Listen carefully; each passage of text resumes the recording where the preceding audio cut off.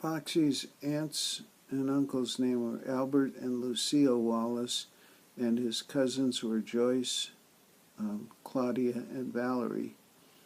And Claudia was the middle sister, and Claudia had a crush on me.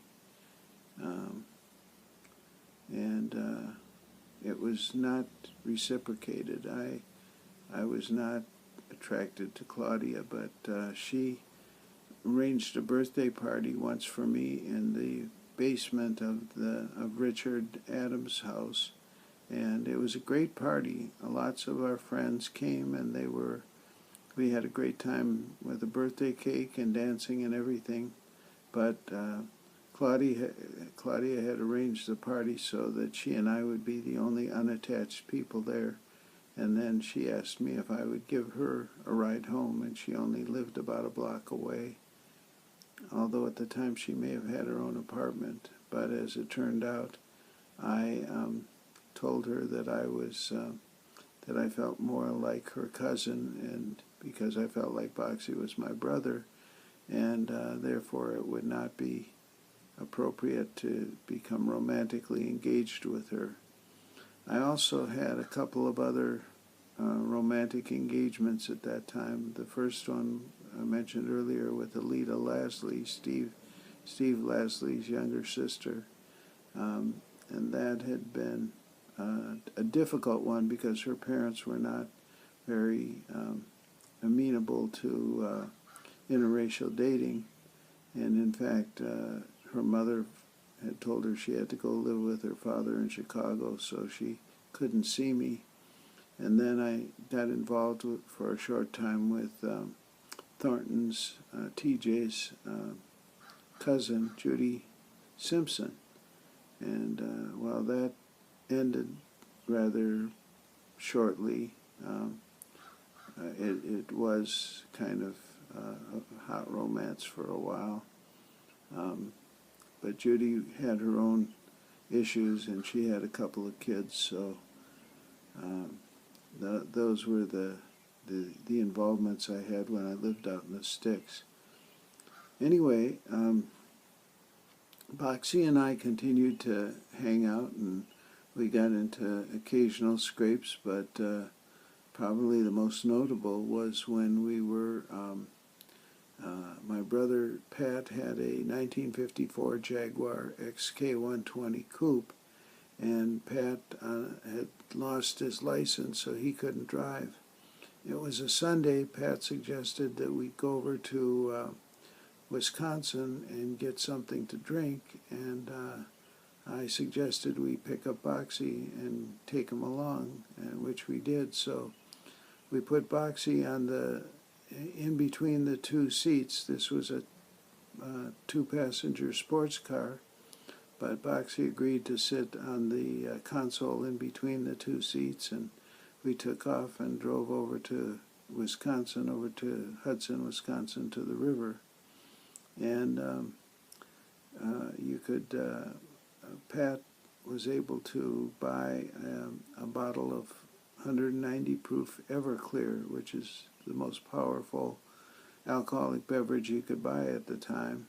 And we bought a 6-pack of 7-Up to cut the Everclear with, and we headed down to the river to a place where we could park, and parked the car and sat down and started drinking the mix of 7-Up and Everclear. Shortly after we were sitting there just enjoying the beautiful afternoon, a couple of girls that lived nearby walked by on the road, and Boxie made some comment to them, and they suggested they should join us, and they took one look and they saw a black guy, I'm sure, and started running up the road. So Boxie suggested we follow, and Pat agreed, and so I jumped in to the driver's seat, and Boxie and Pat both climbed on the front fenders of the Jaguar, and we headed up the road after these two girls. And they had gotten a pretty good head start, and as we got closer, they ran up to a house, apparently where one of them lived. And I realized they were going in the house, so I just pulled in the driveway and turned around and headed back to where we were. we didn't make any trouble for them, but shortly after we were parked back where we had been, and a Hudson, Wisconsin squad car pulled up behind us, and the officer got out and demanded to see the registration and insurance card and my driver's license. I told him I was the driver of the vehicle, and he issued a ticket to each of us, one to Boxie and one to Pat for riding on the fenders of a car, and one to me for driving with someone sitting on the fenders of the car.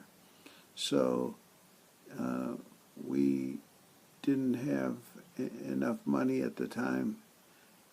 We were arrested and taken to jail. I was told to follow him in the Jaguar, follow the squad car to the jail, which I did. And they locked us all up and told us that the fine was $10 apiece for the infractions that we had caused.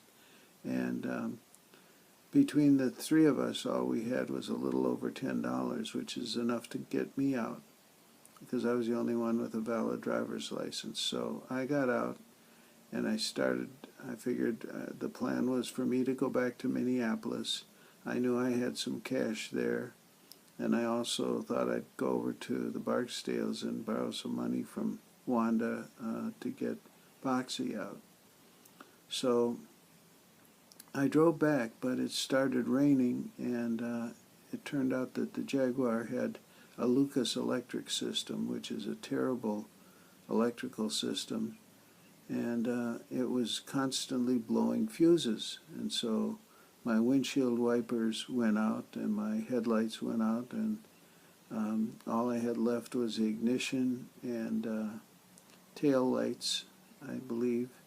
But I did make it back to the house and got the money and raided my dad's collection of fuses and got enough fuses in the car to drive back to Hudson. And then I went over to Barksdale's, and Boxie's girlfriend Jackie was over visiting. So I said to Jackie, "Come on, we got arrested. You got to help me get Boxie out of jail." And she said, "Okay." And she said, "But I'm bringing his mom with me, and we're going to kick his butt all the way back to Minneapolis for being so stupid." So we drove back. She followed me back to the jail, and I bailed out Pat, and she bailed out Boxie. And we headed back to Minneapolis. And fortunately, the fuses that I got from my dad were high enough capacity that I was able to keep my headlights going and the windshield wipers going all the way back to Minneapolis. But that was another example of the kind of adventures that Boxie and I had. So we continued to hang out, and I would continue to spend holidays at the Barksdales and summer afternoons.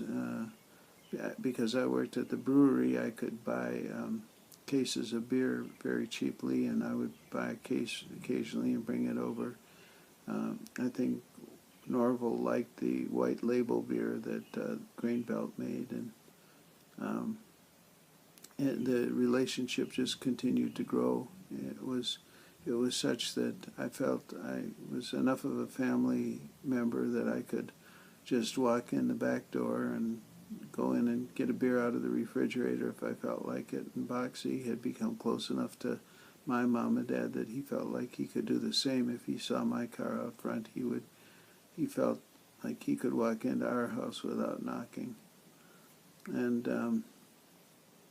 then there was always Pat. And Pat was a frequent visitor, especially at holidays with the Barksdales, and they were very fond of Pat. And Jim and Tom were over frequently playing with David, who they were going to school with. So the two families were quite close, although I don't think Wanda and Norval ever met my mom and dad.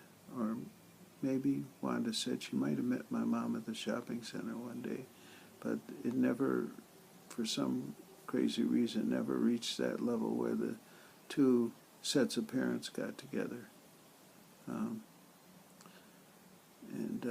I don't know if I mentioned, but we had a very funny event over at the Wallaces once, and the Wallaces were the cousins of the Barksdales.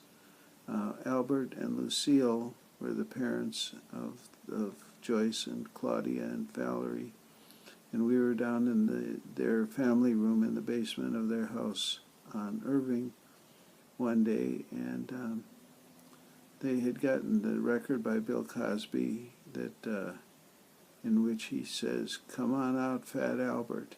And Albert Sr., the father, was a pretty hefty guy, so everyone started laughing, and we were all having drinks and laughing and listening to the Bill Cosby album. Kind of funny to think about these days after it's been revealed what happened to Bill Cosby and his career over the years. But then tragedy struck. Boxie was arrested for possession of marijuana, and from what I recall, he was told by the judge that he had two choices. He could either spend some time in jail or he could volunteer to go in the Army. And being the smart guy that he was, he didn't want to spend any time in jail, so he volunteered for the U.S. Army. Even though he wasn't drafted at the time. He was at the University of Minnesota, I believe. So he quit school and volunteered for the Army, and they sent him off for basic training, and I have quite a number of letters that he wrote to me during that period of time. Eventually, we were all afraid he was going to be sent to Vietnam because so many of the Army soldiers were being sent to Vietnam. But Boxie, we thought, got very lucky. He got assigned to Germany. And going to Germany was a blessing and a curse. It kept him out of the war, but knowing that Boxie really liked to drink, he found that the German beers that you could get were very powerful and very good. And one sad day we got a notice. I got a call from Wanda, who told me that Boxie had been in an accident and had been killed in an accident in Germany. I can't describe how brokenhearted I was because this was my best friend, and we were all so happy that he hadn't had to go to Vietnam. So I just clearly remember him coming home, and there was a lot of suspicion at the time on the part of the Barksdales that Boxie was actually the victim of maybe some Ku Klux Klan members of the Army who he had gotten maybe crosswise with and ended up being killed by them, or maybe killed by some German citizens that in a bar or something like that. But we were told that he had been in a car accident, and knowing that he just never was a very good driver and that he liked to drink a lot, it was not surprising that that could have been what happened. He also, I believe, had bought a VW Bug while he was in the service there, so very likely he was driving and had an accident that was fatal. He was brought back, and I remember going to the visitation that they had at the funeral home. I think it was Estes Funeral Home on Plymouth Avenue, and they had shipped his body back in a casket, but it had a glass lid on it, so I think it was at the time this was what the Army would do because of the possibility that the body would begin to deteriorate if it wasn't kept from the air as it was being shipped. At any rate, I just remember sobbing uncontrollably when I saw him, and being embraced by members of the family, and it was just a terrible, terrible shock, I think, for all of us, because Boxie was just really loved by everyone who knew him. So after Boxie had died, I think Wanda and I actually became even more close. It was as if I was now her son in an even more profound way, and a member of the family in a more profound way. And I made it a point whenever I could to come over and visit, especially during the holidays. And at one point, several years later, I put together a 3-ring binder with copies of all the letters he sent me, and gave that to the Barksdales as a gift. And I think I still have I kept copies of the letters, but I think I gave them the originals. I wanted them to have that. So the other connections with the family, when I worked at the Model City Communication Center, Linda Barksdale was hired as receptionist, and she eventually married a fellow that worked there as an intern, Rob Randall. Unfortunately, that marriage did not end well, but they did have a couple of kids. And Linda and I have stayed in touch over the years. And Kathy, Boxie's younger sister, is living in downtown Minneapolis now. And she and I get together whenever I'm in town, and that's a very close relationship. And then David Barksdale has visited us here recently. We took David and his wife to Mount Vernon to see George Washington's birthplace, and went for a 4th of July cruise on the Potomac River to see the fireworks. But again, David is like a younger brother to me and still stays in touch with Jim and Tom. So this relationship with the Barksdales has been a very close and loving and profound relationship over many, many years. I guess if I met Boxie in the middle 60s, it's around going on 5 decades now, and it's just difficult to explain how deep and important that relationship has grown over the years. I had the benefit of having lunch with Kathy and Wanda the last time I was in town, and I also was asked to be the speaker at Norval's funeral when Norval died a couple of years ago. So on to the next chapter.